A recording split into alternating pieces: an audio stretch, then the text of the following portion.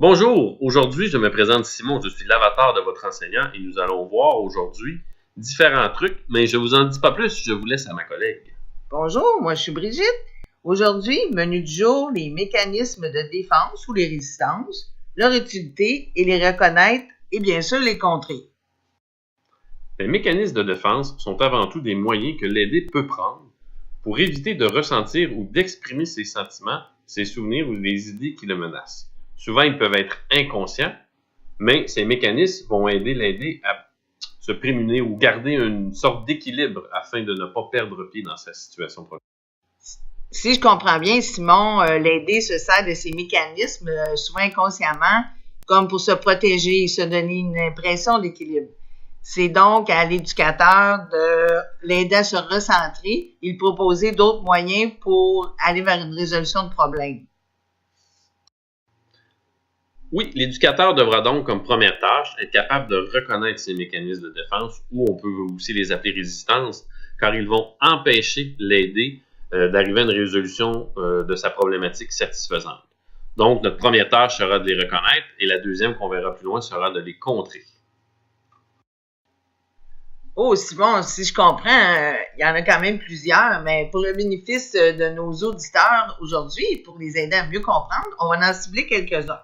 Nous avons choisi ensemble la séduction, la victimisation, le marchandage, le déni et la justification.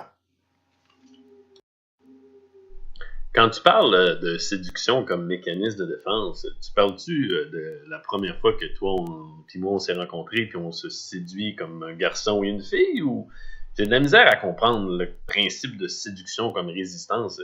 Est-ce que tu aurais un exemple concret à m'apporter? Mais non, Simon, tu confonds la séduction avec la gentillesse. La séduction, dans le fond, c'est l'aider valorise l'aidant afin d'obtenir des faveurs ou tout simplement dévier du sujet de conversation. C'est un mécanisme qui est très délicat et difficile des fois à observer et qui crée parfois un malaise chez l'aidant.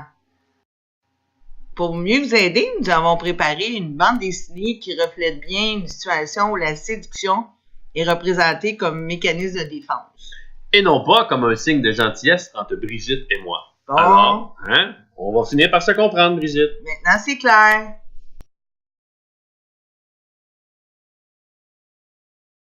Monique est éducatrice spécialisée dans une école secondaire.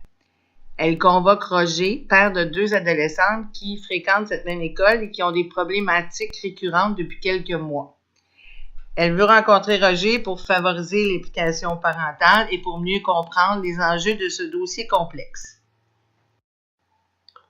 Ben, voyons, Monique, de l'intimidation, mes 2 adolescentes. Vous savez ce que c'est avoir des adolescentes, hein? Vous comprenez, hein?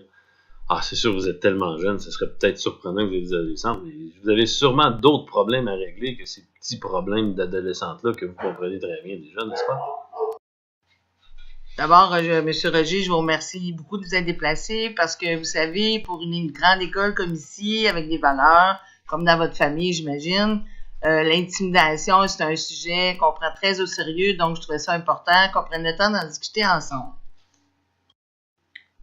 Toute une école juste pour vous, Monique. Ah, mais vous devez être tellement fatigué.